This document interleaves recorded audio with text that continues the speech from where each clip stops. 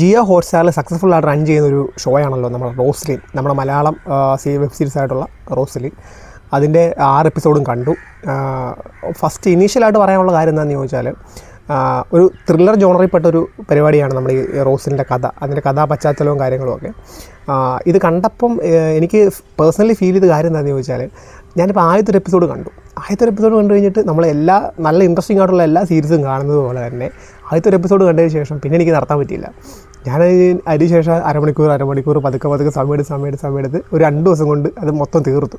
കുറച്ച് ജോലിയും പരിപാടി ഉള്ളതുകൊണ്ട് ഒറ്റയിരുപ്പിൽ കാണാൻ പറ്റിയില്ല. സമയം ഉണ്ടായിരുന്നെങ്കിൽ ഞാൻ സത്യം പറഞ്ഞാൽ ഒറ്റയിരുപ്പിൽ കണ്ടു തീർത്തേനും.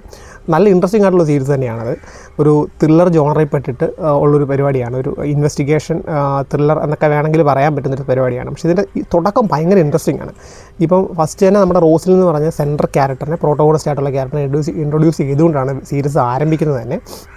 അപ്പം ഇതിപ്പം ഇനി ഇറങ്ങാനുള്ള പരിപാടികളായതുകൊണ്ട് എനിക്ക് ഒത്തിരി ഡീറ്റെയിൽ ആയിട്ട് ഇതിനെ പറ്റി പറയാൻ പറ്റത്തില്ല, സ്പോയിലർ ആവുന്നതുകൊണ്ട്. പക്ഷേ ഒരു ഇനീഷ്യൽ ഇംപ്രഷനായിട്ട് പറയുകയാണെങ്കിൽ ഇത് നിങ്ങളെല്ലാവരും മസ്റ്റായിട്ട് കാണേണ്ട ഒരു പരിപാടിയാണിത്.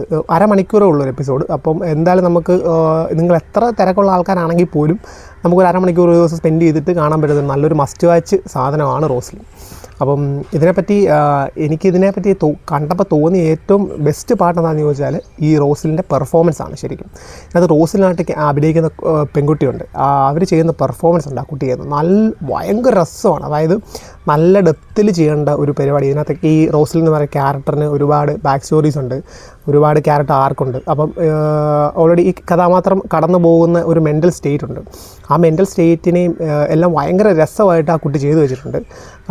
അതിനകത്തെ പെർഫോമൻസിൻ്റെ ഡൈനാമിക്സുകൾ, ഇപ്പം ഒരു ഭയങ്കര ഇൻട്രോവേർട്ട് ആയിട്ടുള്ള, അധികം ഫ്രണ്ട്സോ കാര്യങ്ങളോ ഒന്നും ഇല്ലാത്ത ഭയങ്കര ജീവിക്കുന്ന ഒരാളാണ് ഈ കുട്ടി. അപ്പം അത് ഭയങ്കര രസമായിട്ട് ആ ചെയ്യുന്ന ക്യാരക്ടർ ഭയങ്കര രസമായിട്ട് ആ കുട്ടി ചെയ്ത് വെച്ചിട്ടുണ്ട്. ഇപ്പം റോസിനായിട്ട് ചെയ്യുന്ന കുട്ടിക്ക് ശേഷം ഏറ്റവും നന്നായിട്ട് എടുത്തു പറയേണ്ട ഒരു പെർഫോമൻസ് വിനീതിൻ്റെയാണ്. അതേ പുള്ളിക്ക് കിട്ടിയേക്കുന്ന ക്യാരക്ടർ പുള്ളി അതിമനോഹരമായിട്ട് ചെയ്ത് വെച്ചിട്ടുണ്ട്. അറിയാം, നമുക്കിപ്പം അടുത്ത ലേറ്റസ്റ്റ് ആയിട്ട് ഇറങ്ങിയ എക്കോയ്ക്കാണെണെങ്കിൽ പോലും പുള്ളി ഒരുപാട് എഫേർട്ട് എടുത്തിട്ട് നല്ല രസമായിട്ട് പുള്ളിയുടെ ക്യാരക്ടർ ചെയ്ത് വെച്ചിട്ടുണ്ട്. പുള്ളിയുടെ ആ ഒരു പഴയ സ്റ്റോറിയൊക്കെ ആണെങ്കിലും അതിനുശേഷം പുതുതായിട്ടുള്ള പുള്ളിയുടെ ഏജ്ഡ് ആയിട്ടുള്ള വേരിയേഷൻസ് എല്ലാം പുള്ളി നല്ല രസമായിട്ട് ഹാൻഡിൽ ചെയ്യുന്നുണ്ട്. പുള്ളിയുടെ പെർഫോമൻസിനെ പറ്റി പ്രത്യേകിച്ചൊന്നും പറയേണ്ട കാര്യമില്ല, പുള്ളി നല്ല പെർഫോമറാണ് ഓൾറെഡി. ഇപ്പം സിനിമ നല്ല രീതിയിൽ നമ്മുടെ മലയാള സിനിമ പുള്ളി നല്ല രീതിയിൽ യൂസ് ചെയ്ത് വരുന്നുണ്ട്. അപ്പോൾ അതിൻ്റെ എക്സാമ്പിളായിട്ടാണ് എനിക്ക് തോന്നുന്നത് ഈ ക്യാരക്ടേഴ്സ് അദ്ദേഹം ചെയ്തിരിക്കുന്നത്. ഇതുപോലെ തന്നെയാണ്. നമ്മൾ ത്രില്ലർ ജോണറിൽപ്പെട്ടൊരു സാധനം ആയതുകൊണ്ട് ഇപ്പോൾ ക്യാരക്ടേഴ്സിന് വരുന്നൊരു ഷിഫ്റ്റ് ഉണ്ട് ഈ കഥയ്ക്കകത്ത്. അധികമൊന്നും പറയാൻ പറ്റത്തില്ല, പക്ഷേ എന്നാലും നമ്മൾ തുടക്കത്തിൽ കാണുന്ന ആർക്കിൽ നിന്ന് ഒരുപാട് വ്യത്യസ്തമായിട്ട് ക്യാരക്ടേഴ്സിൻ്റെ ഒരു ബാക്ക് സ്റ്റോറീസിലൂടെ സഞ്ചരിക്കുന്ന ക്യാരക്ടേഴ്സിൻ്റെ പെർഫോമൻസുകൾ അതെല്ലാം ഭയങ്കര രസമായിട്ട് പുള്ളിയിട്ടുണ്ട്. അതിനകത്ത് എനിക്ക് എടുത്തു പറയേണ്ട ഒരു കാര്യം എന്താണെന്ന് ചോദിച്ചാൽ, അതായത് പ്രേക്ഷകനെ മാനിപ്പുലേറ്റ് ചെയ്യുന്ന രീതിയിലാണല്ലോ ത്രില്ലറുകളുടെ ഒരു പെർഫോമൻസ് പരിപാടികൾ അവർ ചെയ്യുന്നത്, മേക്കേഴ്സ്. അതിനെ എല്ലാ മൈന്യൂട്ട് അവസ്ഥയിൽ എനിക്ക് സീരീസ് കണ്ടുകൊണ്ടിരിക്കുമ്പോൾ ഈ പുള്ളിയുടെ പെർഫോമൻസിലെ ചില സംഭവങ്ങൾ കണ്ടപ്പോൾ എനിക്കിങ്ങനെ തോന്നി, ഇതിനകത്ത് വേറെ എന്തോ ഒരു ബാക്ക് സ്റ്റോറി ഉണ്ടാവും എന്ന് തോന്നി. എനിക്കത് ഭയങ്കര പോസിറ്റീവായിട്ടാണ് ഫീൽ ചെയ്തത്. കാരണം എന്താണെന്ന് വെച്ചാൽ ആ ക്യാരക്ടറിൽ അദ്ദേഹം പോർട്രേറ്റ് ചെയ്യുമ്പോൾ നമുക്ക് മനസ്സിലാവും ആ ക്യാരക്ടറിന് വേറെന്തോ ഒരു ബാക്ക് ഉണ്ട് എന്നുള്ളത്. മറ്റുള്ളവരൊക്കെ നന്നായിട്ട് ചെയ്യുന്നില്ലെന്നല്ല പറയുന്നത്, പക്ഷേ പുള്ളിയുടെ പെർഫോമൻസിൽ ആ ഡെപ്ത് ഉണ്ട്. മീനയുടെ പെർഫോമൻസും അടിപൊളിയായിരുന്നു. മീന നല്ല രസമായിട്ട് പെർഫോം ചെയ്തിട്ടുണ്ട്. ഈ ക്യാരക്ടേഴ്സിൻ്റെ ഡൈനാമിക്സ്, ക്യാരക്ടേഴ്സിന് വരേണ്ട ചേഞ്ചസ്, ക്യാരക്ടേഴ്സ് സീരീസിൽ ഫസ്റ്റ് ടു എൻഡ് വരുമ്പോൾ ഉണ്ടാകുന്നൊരു ഷിഫ്റ്റ്, ഇത് എൻഡ് ചെയ്യുന്ന ലാസ്റ്റ് എപ്പിസോഡിൽ മീനയുടെ ഒരു നോട്ടമുണ്ട്, ഈ റോസലിൻ ക്യാരക്ടറിലേക്കുള്ള ഒരു നോട്ടമുണ്ട്. അത് മീനയുടെ ക്യാരക്ടറിൽ ഒരു ഷിഫ്റ്റ് വന്നതിന് ശേഷമുള്ളൊരു ലുക്കാണ്. അത് രക്ഷയില്ല. നമ്മൾ അതുവരെ കണ്ട ഒരു മീനെ അല്ല ലാസ്റ്റ് ആ ലുക്കിലേക്ക് വരുമ്പോഴത്തേക്കും. അത് രസമായിട്ടുള്ള പെർഫോമൻസ് ആയിരുന്നു പുള്ളിക്കാരുടെ. നല്ല ത്രില്ലടിപ്പിച്ചു പുള്ളിക്കാരുടെ പെർഫോമൻസുകളെല്ലാം. പിന്നെ വന്നു പോയിട്ടുള്ള എല്ലാവരും, അതിനകത്ത് വന്നു പോയിട്ടുള്ള ചെറിയ കഥാപാത്രങ്ങളും വലിയ കഥാപാത്രങ്ങളും അച്ഛനായിട്ട് അഭിനയിക്കുന്ന രവിയാണ്. അദ്ദേഹത്തിൻ്റെ പെർഫോമൻസ് ഒക്കെ അടിപൊളിയാണ്. അങ്ങനെ ഓൾറെഡി വന്നു പോയിട്ടുള്ള എല്ലാ ക്യാരക്ടേഴ്സും. പിന്നെ ബേസ് ജോസഫിൻ്റെ സിനിമയിൽ മറ്റേ ക്യാരക്ടർ ചെയ്തൊരു കുട്ടിയുണ്ട്. അന്ന് അതിനകത്ത് കണ്ടപ്പോൾ കുറച്ചും കൂടെ ഏജ്ഡ് ആയിട്ടുള്ള ആളായിട്ട് തോന്നിയെങ്കിൽ ഇതിനകത്ത് ഒരു കുഞ്ഞു കുട്ടിയായിട്ട്, ഒരു 10-15-16 വയസ്സുള്ള ടീനേജറായിട്ട് ഭയങ്കര രസമായിട്ട് ഒരു ഫിസിക്കൽ അപ്പിയറിൽ ചേഞ്ച് കൊണ്ടുവന്നിട്ടുണ്ട്. എല്ലാ കാര്യങ്ങളും ഭയങ്കര രസമായിട്ട് ആ കുട്ടി ചെയ്തിട്ടുണ്ട്. എല്ലാവരും നല്ല രസമുള്ള പെർഫോമൻസാണ് ഈ സീരീസിൽ. ഇപ്പോൾ രണ്ടാമതായിട്ട് എടുത്തു പറയേണ്ടത്, എനിക്ക് ഏറ്റവും ഇഷ്ടപ്പെട്ട സീരീസ് കണ്ടതിൽ ഏറ്റവും ഇഷ്ടപ്പെട്ട എലമെൻറ്റ് എന്താണെന്ന് ചോദിച്ചാൽ അതിൻ്റെ പ്രൊഡക്ഷൻ ഡിസൈനാണ്. അത് നമ്മൾ കഥ സെറ്റ് ചെയ്തിരിക്കുന്നത് ഒരു ഇടുക്കി ടെറൈനിലാണെങ്കിലും അവിടെ ഇത് താമസിക്കുന്ന ഒരു വീടുമായിട്ട് ചുറ്റപ്പെട്ട്, ഒരു ഫാമുമായിട്ട് ചുറ്റപ്പെട്ടാണ് ഈ കഥ നടക്കുന്നത് ഫുള്ളും. അപ്പം അവിടെ അത് സെറ്റ് ചെയ്തേക്കുന്ന പ്രൊഡക്ഷൻ ഡിസൈനിലെ പരിപാടികൾ, അതായത് ആ റൂമിൽ ഇപ്പോൾ റോസിലായിട്ട് പെർഫോം ചെയ്യുന്ന കുട്ടിയുടെ റൂമിൽ ഒരു പ്രൊഡക്ഷൻ ഡിസൈൻ വർക്കുകളുണ്ട്. അവിടെ ചെയ്തിരിക്കുന്ന ഒരു ടെക്സ്ചർ, റൂമിൻ്റെ ടെക്സ്ചർ, ലൈറ്റിങ്ങുകൾ, അവിടുത്തെ അറേഞ്ച്മെൻറ്റ്സുകൾ, അവിടുത്തെ പ്രോപ്പർട്ടി മാനേജ്മെൻറ്റ് എല്ലാം ഭയങ്കര രസമാണ്. നമുക്കൊരു വിൻറ്റേജ് മലയാള സിനിമ കാണുന്നൊരു ഫീലെന്ന് വേണം പറയാൻ പറ്റും. പിന്നെ ചില ക്യാമറ മൂവ്മെൻറ്റ്സുകളുണ്ട്. ഇതിനകത്തൊരു ടൈം ഷിഫ്റ്റ് ആകുന്നതിന് കാണിക്കാനായിട്ടൊരു ക്യാമറ ഒരു മൂവ്മെൻ്റ് ഉണ്ട്. അതായത് റോസിലായിട്ട് കിടക്കുന്ന കുട്ടിയിൽ നിന്നിട്ട് ക്യാമറ ഷിഫ്റ്റ് ചെയ്ത് നേരെ ക്ലോക്കിലേക്ക് വന്നതിന് ശേഷം ക്ലോക്കിൽ ഇങ്ങനെ ടൈം തിരിഞ്ഞ് ഒരു ടൈം ഷിഫ്റ്റ്. അത് നമ്മൾ സീരീസ് കാണുമ്പോൾ നിങ്ങൾക്കത് മനസ്സിലാവും. ഭയങ്കര രസമാണ് ക്യാമറ മൂവ്മെൻറ്റുകളും കാര്യങ്ങളൊക്കെ. നല്ല രസമായിട്ട് അവർ അത് ചെയ്തു വെച്ചിട്ടുണ്ട്. അതിൻ്റെ ക്യാമറ ഡിപ്പാർട്ട്മെൻറ്റൊക്കെ അടിപൊളിയായിരുന്നു. ക്യാമറ, സൗണ്ടിങ്, ബാക്കി കാര്യങ്ങളെല്ലാം നല്ല രസമാണ്. ടെക്നിക്കൽ ഏരിയ എല്ലാം അടിപൊളിയാണ്. എഡിറ്റിംഗ് ആണെങ്കിലും ഇപ്പോൾ എഡിറ്റിങ്ങിന് ഞാൻ ശ്രദ്ധിച്ചൊരു കാര്യം എന്താണെന്ന് ചോദിച്ചാൽ, നമ്മൾ എഡിറ്റിങ്ങിൽ ത്രില്ലിങ് സീനുകൾ വരുമ്പോഴത്തേക്കും കട്ട്സിൻ്റെ സ്പീഡ് കൂട്ടുന്നൊരു പരിപാടി നമ്മളെല്ലാ വർക്കിലും കാണാറുള്ളതാണ് പൊതുവേ.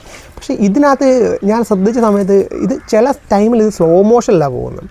ആ കട്ട്സൊക്കെ ഈ ത്രില്ലിൻ്റെ ടൈമിൽ പോലും ആ ഇനീഷ്യൽ ടൈമിൽ മാത്രം കട്ടിന് സ്പീഡ് കൂട്ടിയിട്ട് ബാക്കിയുള്ള ടൈമിൽ നമ്മളെ ഇൻട്രസ്റ്റിംഗ് ആക്കാൻ വേണ്ടി കട്ടിൻ്റെ സ്പീഡ് കൂട്ടാതെ, എനിക്കറിയില്ല അതിനകത്ത് അവരൊന്ന് യൂസ് ചെയ്തേക്കുന്ന പരിപാടി എന്താണെന്ന്. എനിക്കതിനെപ്പറ്റി മൊത്തത്തിൽ പറയാനുള്ളൊരു നോളജും ഇല്ല. പക്ഷേ അത് ഭയങ്കര രസമായിട്ട് ഫീൽ ചെയ്തു. എഡിറ്റിങ്ങിൻ്റെ ആ പാർട്ട് ഭയങ്കര രസമായിരുന്നു. പിന്നെ അതിനെയൊക്കെ എലിവേറ്റ് ചെയ്യുന്നതും പടത്തിലെ ഒരു മൂഡ് സെറ്റ് ചെയ്യുന്നതും പടത്തിലെ മ്യൂസിക്കാണ്. മ്യൂസിക് നല്ല രസമായിട്ട് പടത്തിൽ യൂസ് ചെയ്തിട്ടുണ്ട്. ഇതിനകത്ത് റോസ്ലിൻ എന്നുള്ള ടൈറ്റിൽ കാണിക്കുമ്പോൾ സീരിയസിൽ എപ്പോഴും ഒരു ഇത് വരുന്നുണ്ട്, ഒരു വയലിൻ വെച്ചിട്ടുള്ളൊരു പീസ് വരുന്നുണ്ട്.